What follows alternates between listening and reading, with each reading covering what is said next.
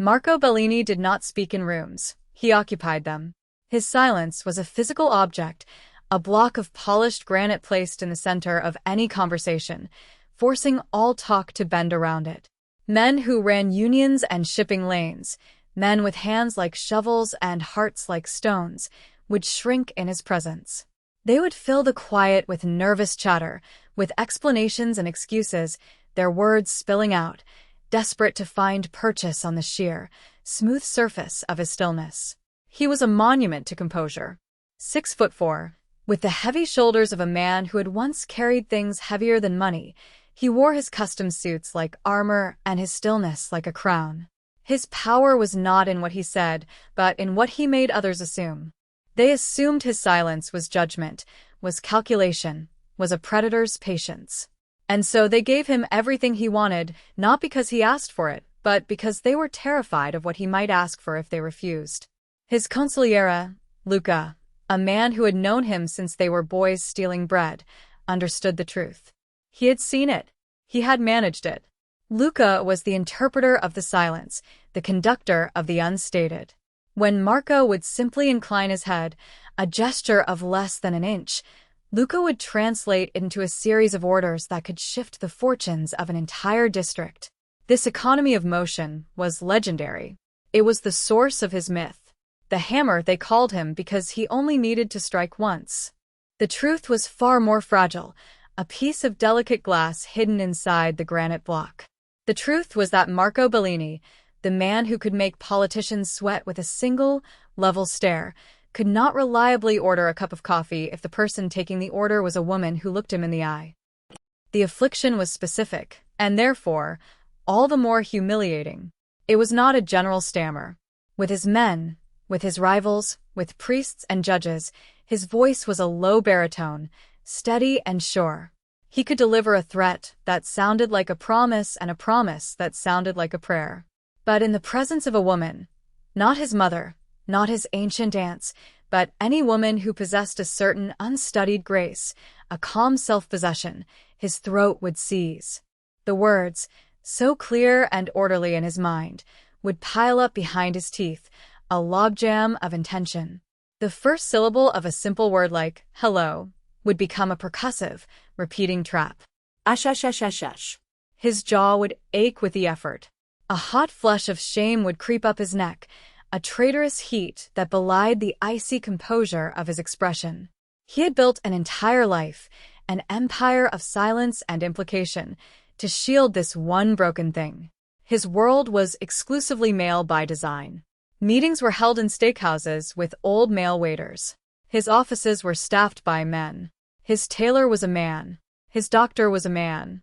Luca managed everything else, a silent, loyal sheepdog herding the world away from his master's single, vulnerable flank. For 20 years the system had worked.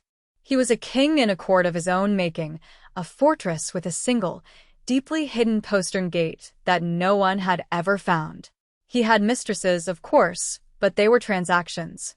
Women who were paid to be beautiful and unimposing, who understood that their role was decorative, not conversational.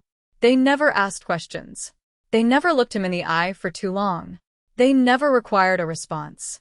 They were part of the architecture of his life, not participants in it. And so the myth of the silent, deliberate dawn grew, while the man inside suffocated on unspoken pleasantries. It was a Tuesday morning in April, the kind of day that promised warmth but hadn't yet delivered it. Luca was driving the black sedan, navigating the narrow streets of a neighborhood Marco hadn't set foot in for years. It was a place of brick walk-ups and stubbornly green city trees. They were on their way to a meeting, a delicate negotiation with a new faction that required a personal touch. Luca pulled over. "Boss, I need coffee." 5 minutes, Marco just nodded, his gaze fixed out the window.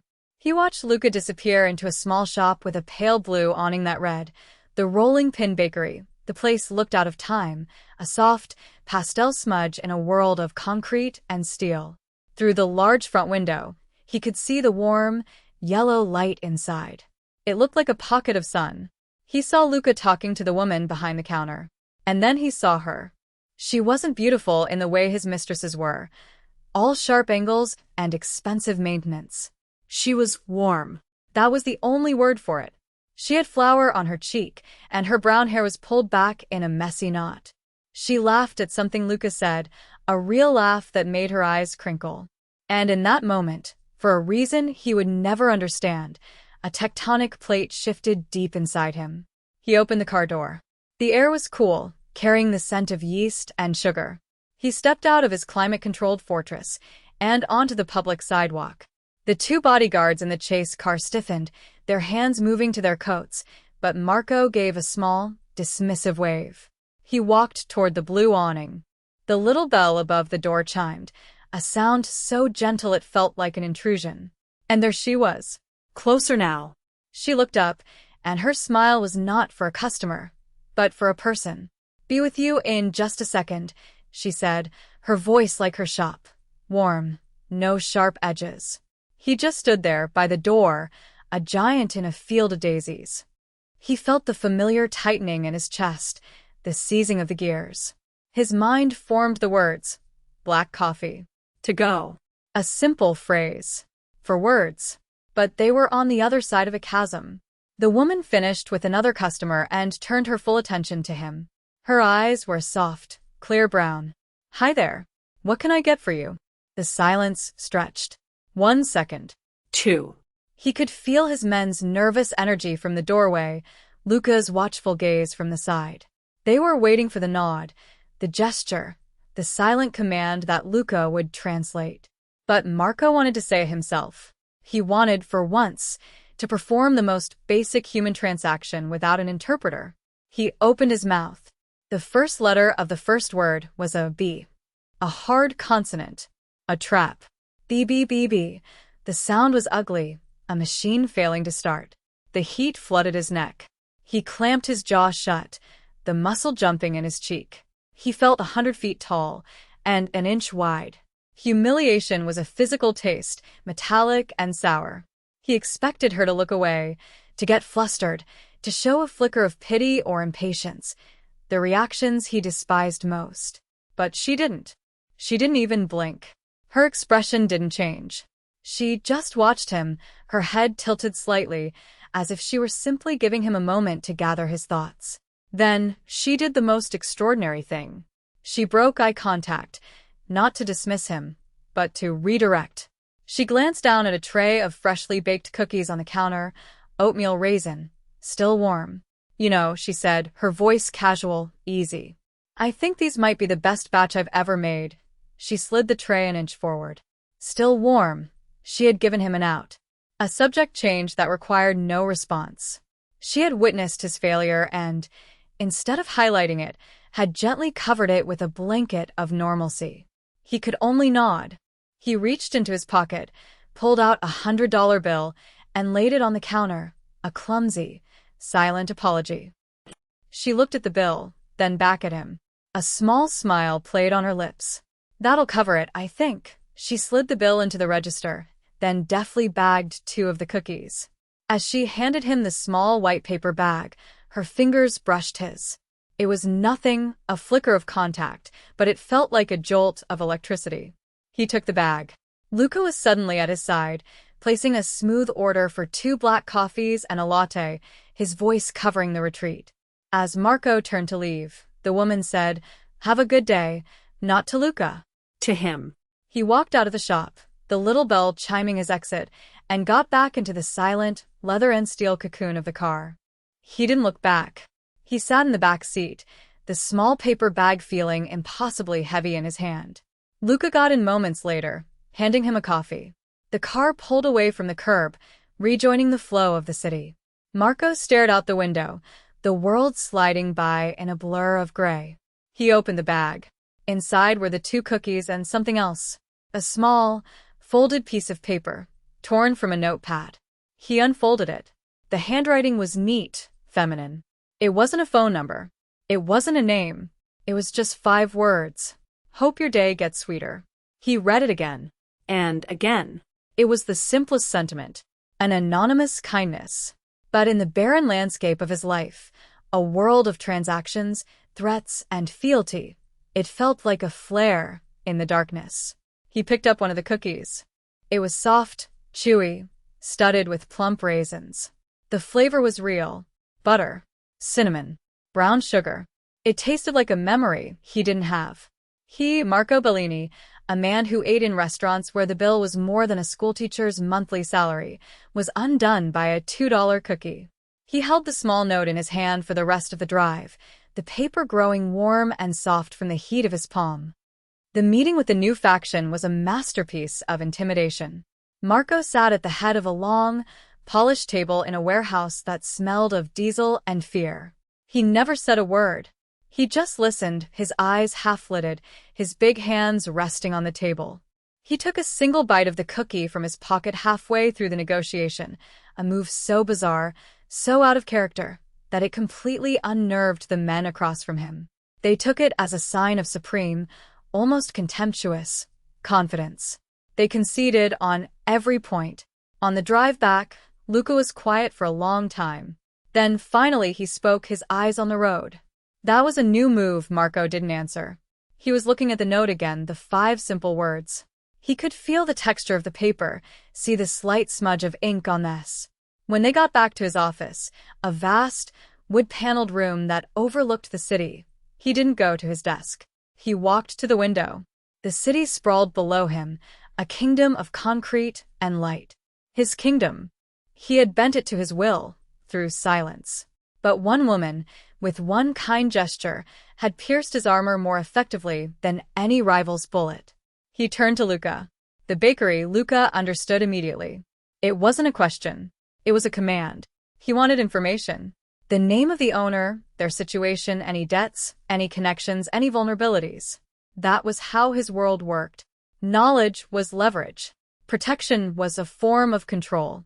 He expected Luca to return in a few hours with a thick file, a dossier of a life reduced to data points. But Luca was back in 30 minutes. He placed a single sheet of paper on Marco's desk. Clara Evans, 25. Owner. Leases the building. No debts of record. No family in the city. One daughter. Lily. 7 years old. It was so simple. So clean. A life lived outside his world of shadows and obligations. There was no leverage here. There was just a woman, a child, and a small shop that smelled of cinnamon. A new ritual began.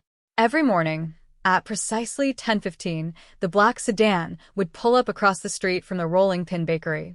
Marco would sit in the back, watching. He learned the rhythms of the place. He saw Clara arrive before dawn, a silhouette moving in the warm light.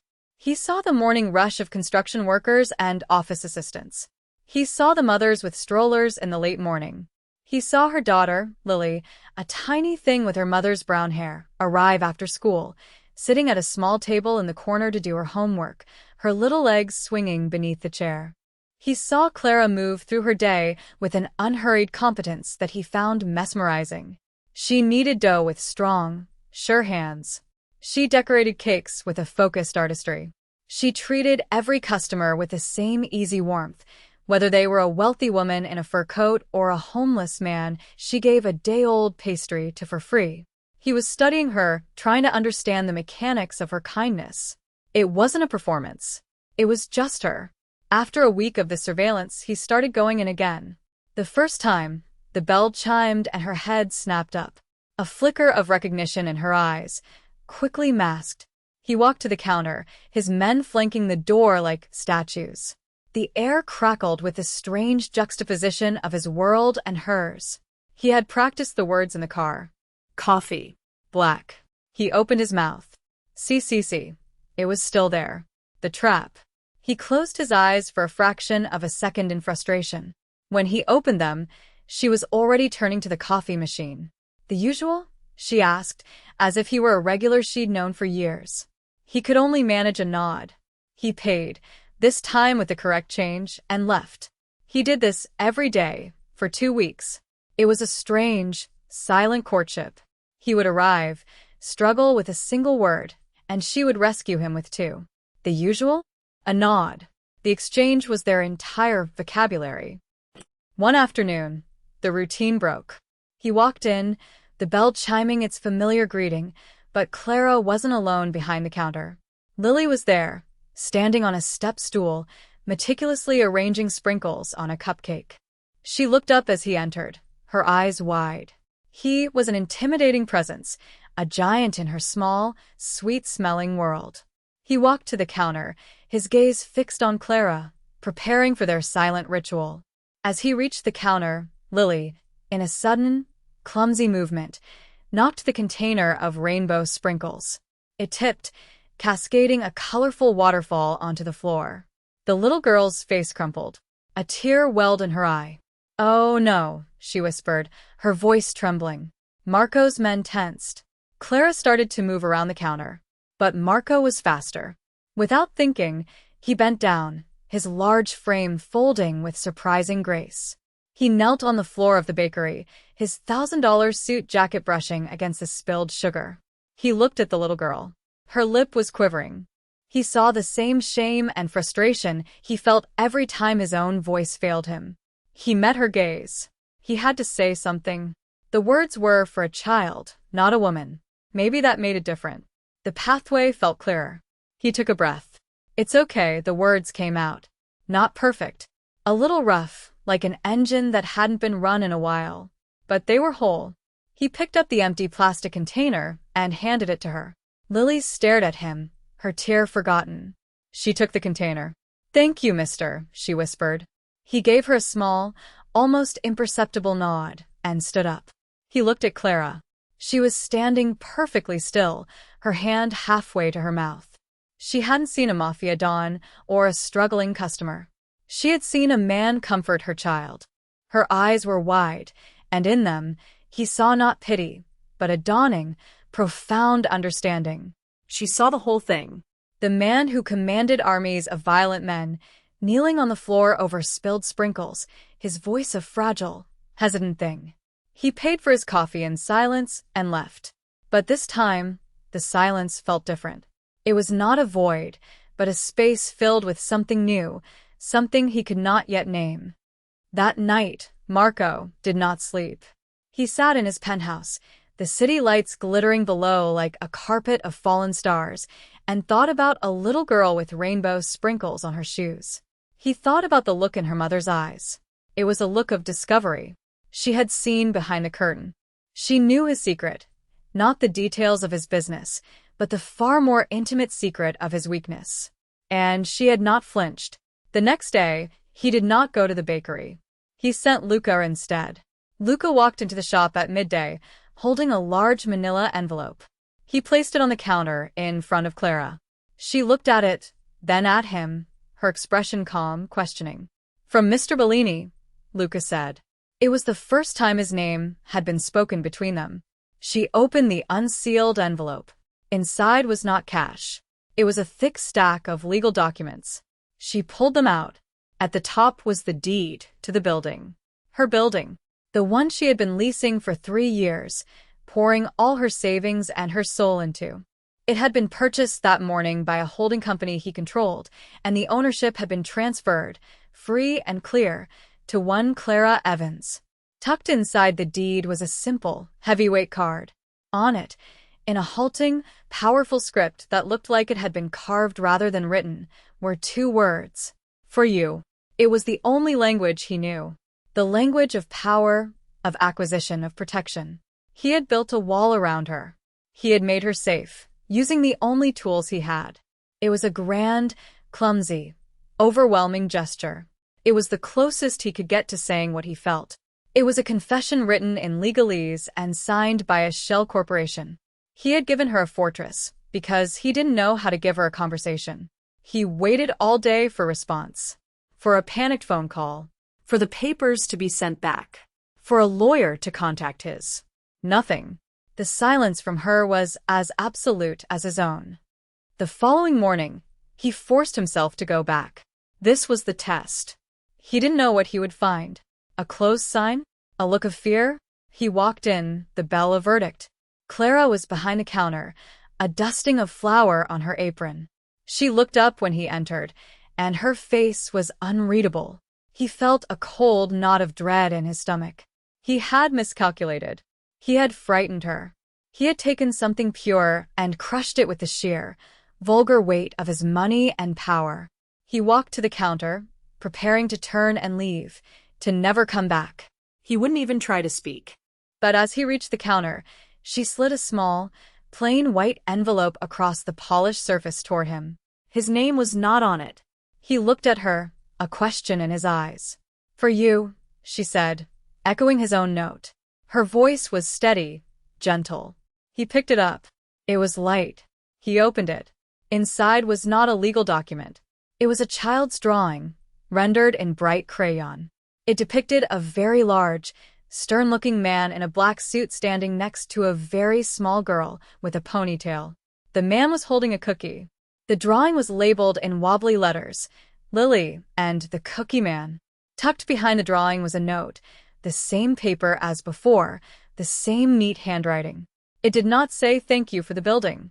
It did not acknowledge the fortune he had just bestowed upon her. It said, "Let me cook you dinner tonight. My apartment. 8 o'clock." It was an address a few blocks away. And underneath a postscript. "My treat." He looked up from the note, stunned. She had seen his grand, world-altering gesture, and she had countered it not with fear or gratitude, but with an invitation, an offer of reciprocity. She met his power with her own, the power of a simple, shared meal. She was not intimidated. She was not for sale. She was inviting him into her world, on her terms. For the first time in his adult life, Marco Bellini felt his defenses crumble, not from an attack, but from an act of grace. He looked at her and managed the single most important word of his entire life. "Okay,